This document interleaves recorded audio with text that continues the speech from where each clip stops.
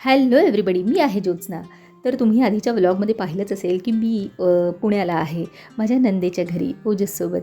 तर इथे सकाळ झालेली आहे आणि मस्तपैकी भेंडीची भाजी, चपाती आणि चहा अशा हेल्दी नाश्त्याने सुरुवात झालेली आहे. नंतर बाहेर जाऊन पाहिलं तर आज थोडंसं ऊन वगैरे पडलं होतं, आभाळ नव्हतं. नंतर ओजस म्हणाला, आई मी एक नवीन ड्रॉइंग शिकलेलो आहे, मी तुला काढून दाखवतो. मग त्याने जी नवीन ड्रॉइंग त्याच्या दादाकडून तो शिकला होता ती मला काढून दाखवली. नंतर मी त्याचं कौतुक केलं. नंतर दिवसभर असाच आरामात गेला. नंतर संध्याकाळ झाली.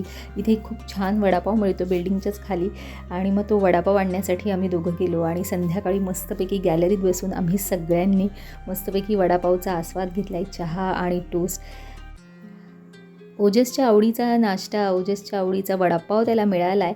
मग म्हणाला, आई आपण खाली खेळायला जाऊया. मग त्याच्यासोबत मी खाली खेळायला गेले आणि मग थोडंसं खेळलो, थोड्याशा गप्पा मारल्या आणि मग त्याला खूप आनंद झाला.